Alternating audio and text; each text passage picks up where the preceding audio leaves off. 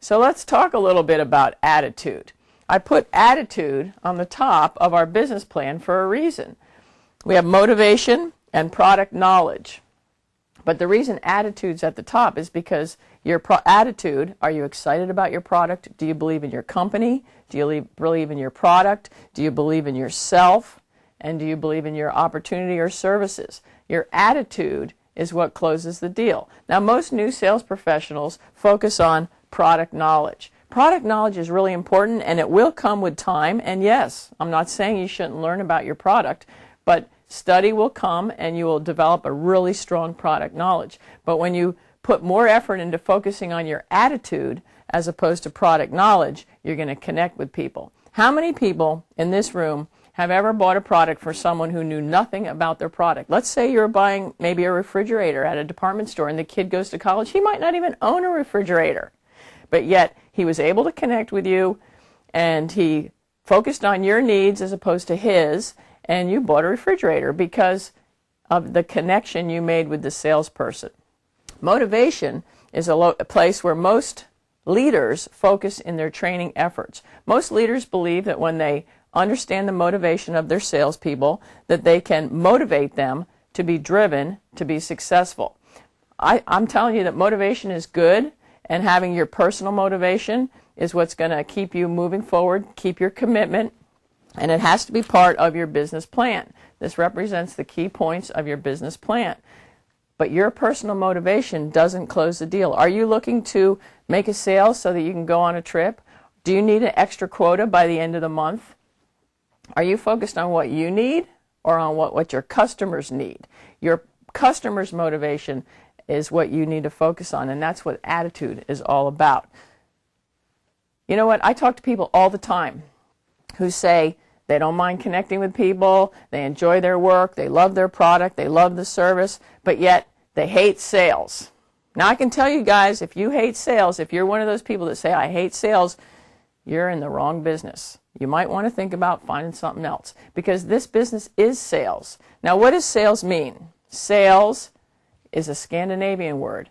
It comes from, the root of it is a Scandinavian word, and it means to serve.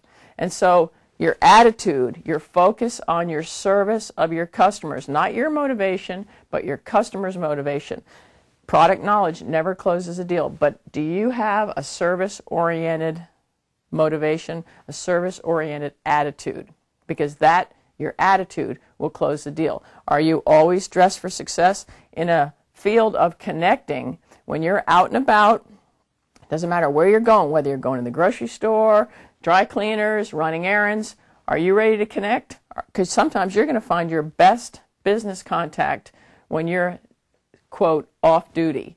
So make sure that you're excited about your product, you have an attitude of success. You will learn more about your business by the study of relationships than you will by the study of your product knowledge. So I'm going to give you a real quick secret, because everybody's always asking me about the secrets to success, how I was able to quit my full-time job in 7 months and replace an $80,000 a year income with a direct sales business. So this is one of my secrets, and this is the secret to achieving more yeses when you're out connecting with people.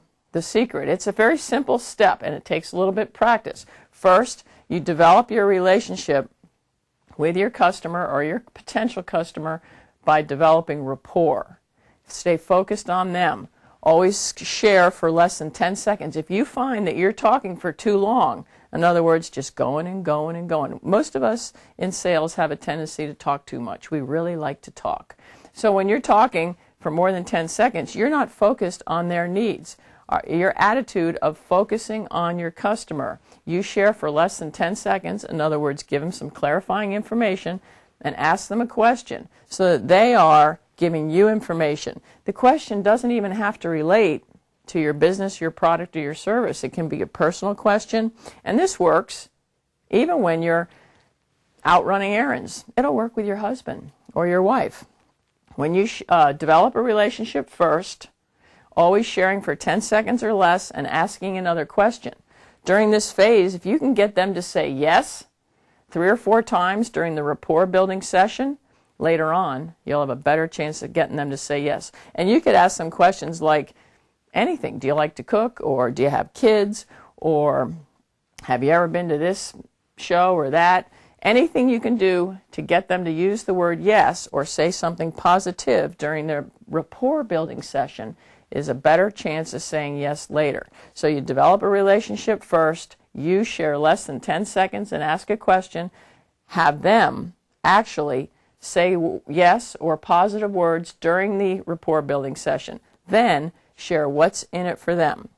Maybe you've transitioned into your product line, maybe you've transitioned into the work mode if you're out and about, but when you can share what's in it for them first, in other words, the benefits of your products, the benefits of your services, share what's in it for them first, then compliment them.